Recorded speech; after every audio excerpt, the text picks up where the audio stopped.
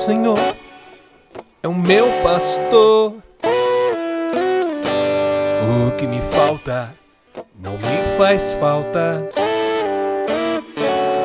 A relva verde e um riacho manso são um refresco pro meu coração. Quer seja no caminho da justiça ou na trilha obscura da morte,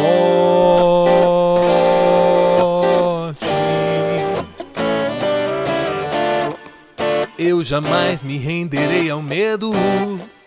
Hoje eu sei quem comanda a minha sorte,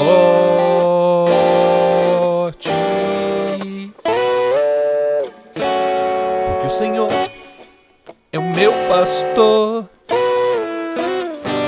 O que me falta não me faz falta. O calor do fogo e um aroma doce são o conforto pro meu coração. Diante daqueles que me odeiam, um banquete haverá, e o meu copo que hoje está meio cheio nunca mais há de secar. Por onde eu ando me perseguem a bondade e o amor, e até o fim dos dias eu habitarei na casa do Senhor, porque Ele é o meu pastor. O que me falta não me faz falta, porque o Senhor é o meu pastor. O que me falta não me faz falta, porque o Senhor é o meu pastor. O que me falta, o que me falta, porque o Senhor é o meu pastor, meu pastor. O que me falta, o que me falta.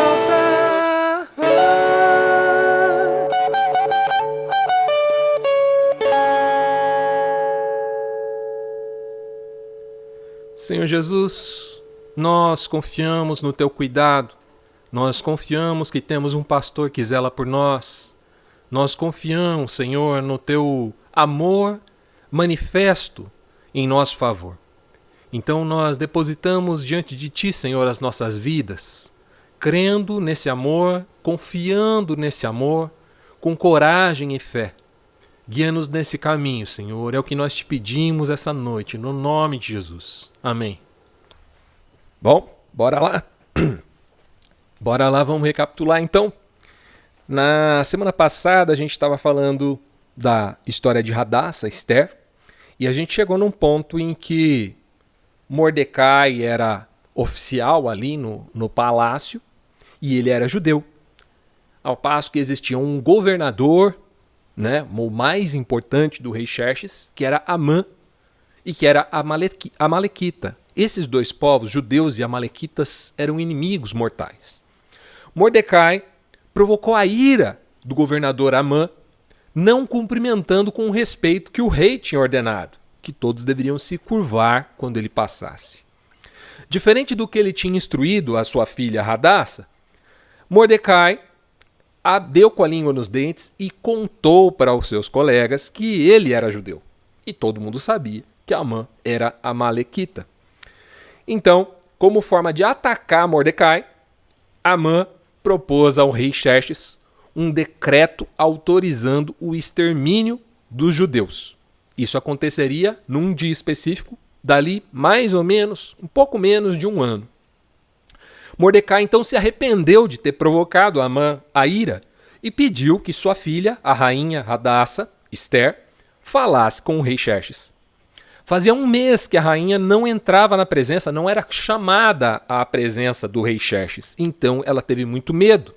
Ela convocou todo o povo a um jejum, que iria durar 3 dias. Ao fim desse período, ela iria até a presença do rei. Era o costume deles que o rei só recebesse quem ele havia solicitado a presença. Se o rei não tivesse solicitado a presença e a pessoa entrasse, ela seria morta. A forma do rei poupar essa pessoa da morte seria apontando para ela o seu cetro, e a pessoa ia lá e tocava no cetro do rei. Esse era o sinal de que a pessoa era bem-vinda na presença do rei. Caso ele não erguesse o cetro, a pessoa seria condenada automaticamente à morte.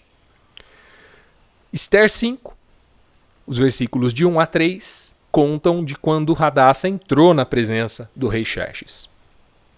No terceiro dia do jejum, Ester vestiu seus trajes reais e entrou no pátio interno do palácio, em frente do salão do rei. O rei estava sentado no trono, voltado para a entrada. Quando viu a rainha Ester ali, no pátio interno, ele a recebeu de bom grado e lhe estendeu o cetro de ouro. Ester se aproximou e tocou a ponta do cetro. "O que você deseja, rainha Ester?" perguntou o rei. "Qual é o seu pedido? Eu atenderei, mesmo que peça metade do meu reino."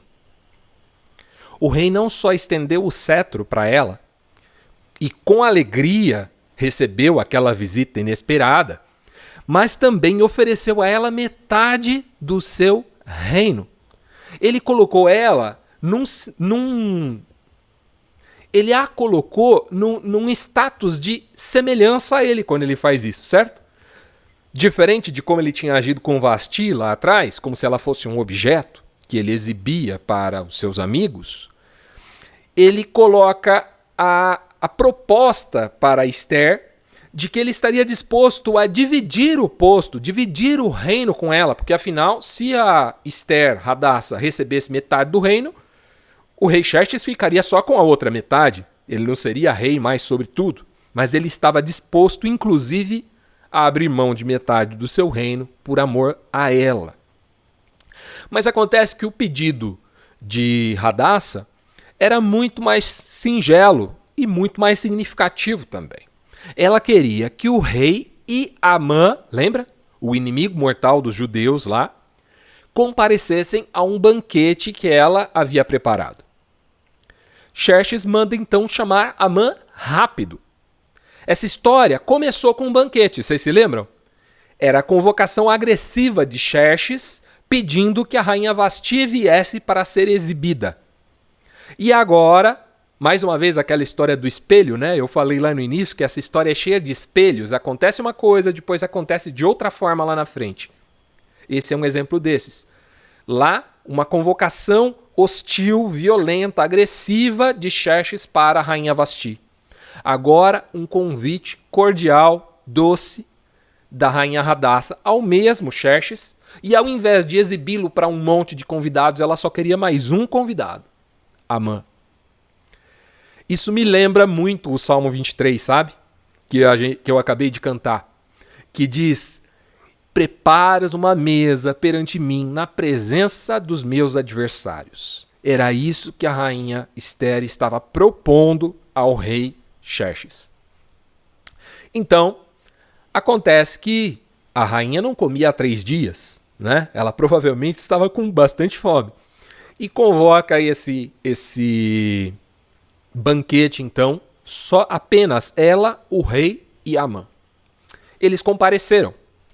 O rei repete na frente de Amã a promessa que ele havia feito. "Agora diga-me, o que você deseja? Qual é o seu pedido? Eu atenderei, mesmo que seja metade do meu reino." Ester 5, verso 6. Hadassa pede então que eles compareçam a um novo banquete no dia seguinte. Amã se sente honrado com esse convite. É claro que Amã não sabia que Hadassa era filha de Mordecai. Havia sido adotada, ele era seu tio, né? Mas ele havia adotado ela como filha. Amã não sabia disso. Chegando em casa, ele se gabou para sua esposa, Zeres, e para os seus amigos, de que havia sido convocado para não um, mas 2 banquetes, na presença e a convite da própria rainha Hadassa. A esposa dele, Zeres, e os amigos sugeriram que ele construísse uma forca.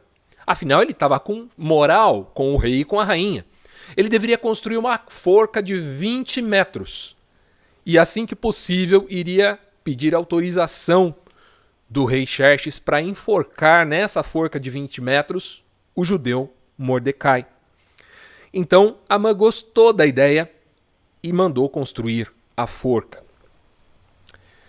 Acontece que Esther, capítulo 6, versos de 1 a 3, contam de uma insônia que acometeu o rei Xerxes exatamente entre um banquete e outro. Diz assim: naquela noite, o rei não conseguia dormir. Então andou que trouxessem o livro da história de seu reinado e o lessem para ele. Nesses registros ele descobriu que Mordecai havia denunciado Bigtana e Teres, os dois eunucos que guardavam a porta dos aposentos reais e que haviam conspirado para matar o rei Xerxes. Então o rei pergunta: que recompensa ou reconhecimento Mordecai recebeu por isso? E os servos responderam: não se fez nada por ele. Logo pela manhã, Amã chegou para pedir o enforcamento do mesmo Mordecai, conforme a orientação da sua esposa e dos seus amigos. O rei Xerxes viu ele no pátio e mandou que entrasse. Esther 6, de 6 a 9. O rei pergunta: o que é que eu devo fazer para honrar um homem que muito me agrada? Você imagina o que passou no coração de Amã nesse momento? Ele era o principal governante e estava com moral sendo convidado para banquetes exclusivos, apenas ele, o rei e a rainha. Ele vira e fala assim: se o rei deseja honrar alguém, mande trazer um dos mantos que o rei costuma usar, e o cavalo no qual o rei costuma montar, e aquele que tem um emblema real na cabeça.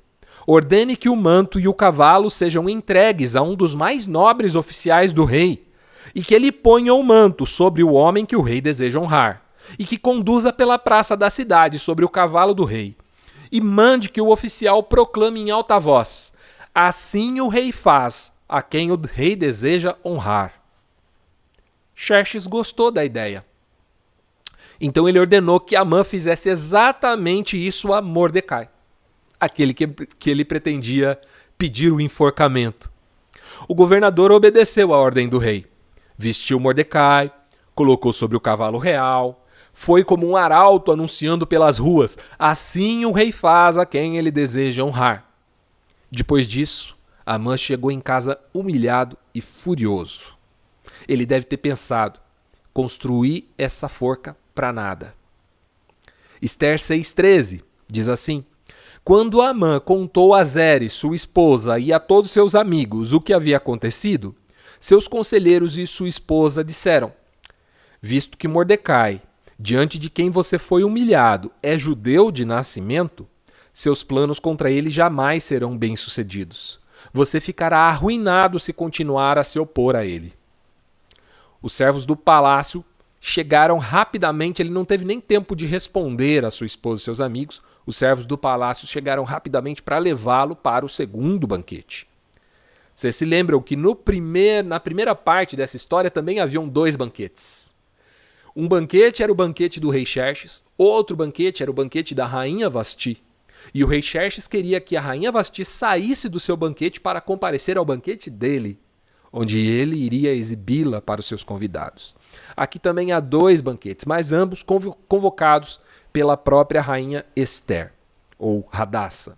Enquanto eles bebiam vinho, o rei Xerxes novamente insistiu pela terceira vez com Hadassa: diga-me o que deseja, rainha Esther. Esther 7, versos de 2 a 6.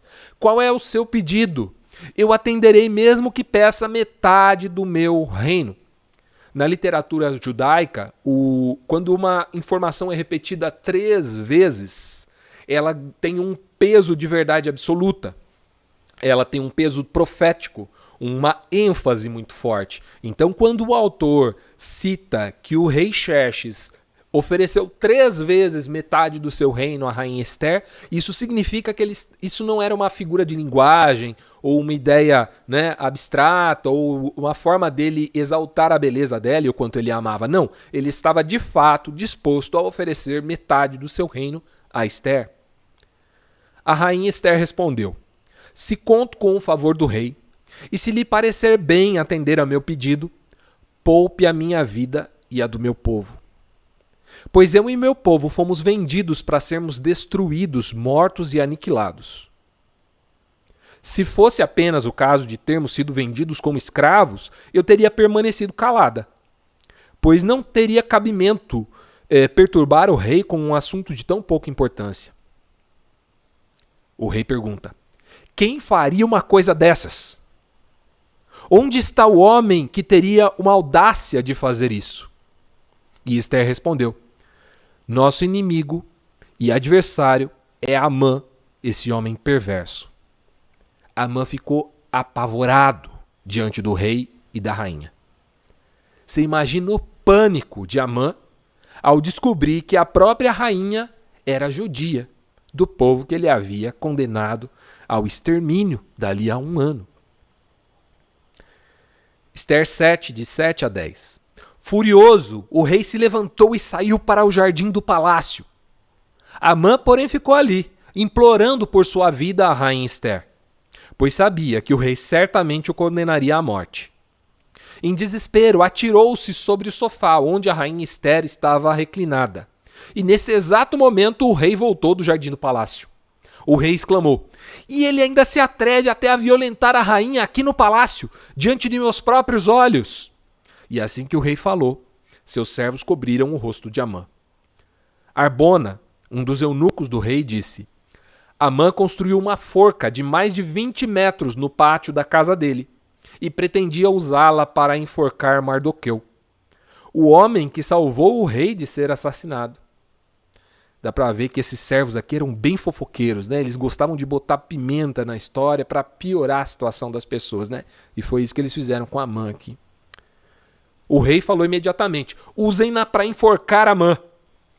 E assim executaram Amã na forca que ele havia construído para Mardoqueu, Mordecai, e a ira do rei se acalmou. Até hoje, Hadassah, Esther, é lembrada como um símbolo de coragem e de força.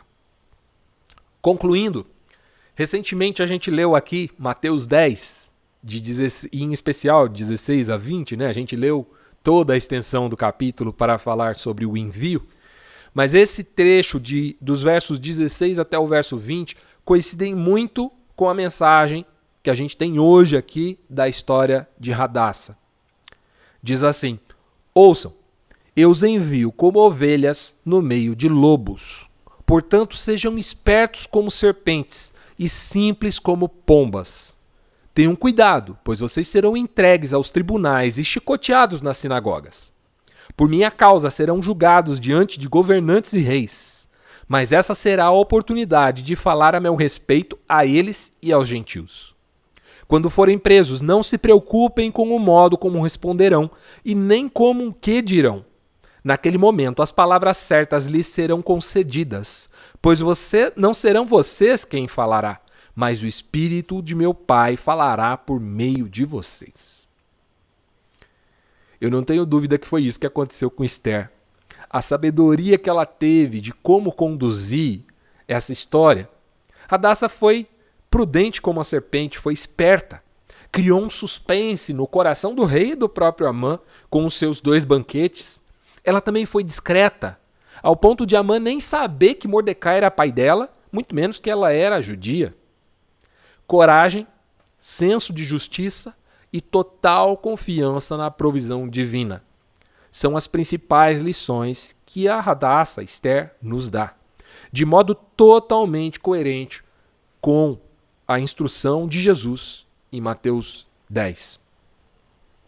Eu queria fazer aquela perguntinha de praxe para a gente participar todos da conversa aqui. Se você tem alguma outra colocação em cima do texto também, fica à vontade, pode falar. Mas eu queria lembrar que esse Xerxes, não sei quantos de vocês conhecem, é o mesmo Xerxes enfrentado por Leônidas e os 300 de Esparta. O império de Xerxes avançou muitíssimo. Como era costume dos impérios, né? Ele avançava por outras regiões, tomava povos e ampliava seus territórios. E ele, de repente, enfrenta os espartanos. Os 300, do filme 300, né? Do filme, do quadrinho, dos 300 de Esparta. E na força bruta, os 300 de Esparta concentram o seu combate num corredor estreito, de modo que dava para eles enfrentarem um a um os seus inimigos. É claro que eles iam ter muito mais trabalho, né, no combate ali, porque eles iam ter que lutar um a um, mas pelo menos eles não seriam engolidos de uma vez pelo exército de Xerxes, que era muito mais poderoso do que o exército de Esparta. Acontece que Leônidas e os 300 também fracassaram diante de Xerxes. Eles não conseguiram vencer Xerxes e o seu exército. No filme, Xerxes é interpretado por um ator brasileiro, o Rodrigo Santoro, né? Que está no filme dos 300. Mas, por outro lado, Radassa dobrou Xerxes, ao ponto dele oferecer a ela, de bom grado, metade do seu reino. A gente vive num mundo hostil. E aí vai a nossa pergunta. A gente vive num mundo hostil. O que podemos aprender com Radassa para vencermos essa resistência hostil? Olha só, eu queria primeiro te agradecer, porque se você chegou até aqui é porque você assistiu essa pregação inteira. Uma vez que você chegou até aqui, você deve ter percebido que no final da mensagem eu dou um espaço para todo mundo interagir e participar. E se você está vendo esse vídeo no YouTube, você também pode interagir e participar aqui embaixo nos comentários, dando a sua contribuição. Se você gostaria de participar ao vivo com a gente, agora está mais fácil do que nunca. Você só acessa igrejapresente.com/encontro. A gente está sempre ali, aos sábados, às 20 horas. É só chegar, participar, edificar e ser edificado com a gente. Clicando neste botão aqui, você segue o nosso canal e clicando neste botão aqui, você tem acesso a todas as nossas reuniões da Igreja Presente. Seja muito bem-vindo e aproveite. Abraço, tchau, tchau.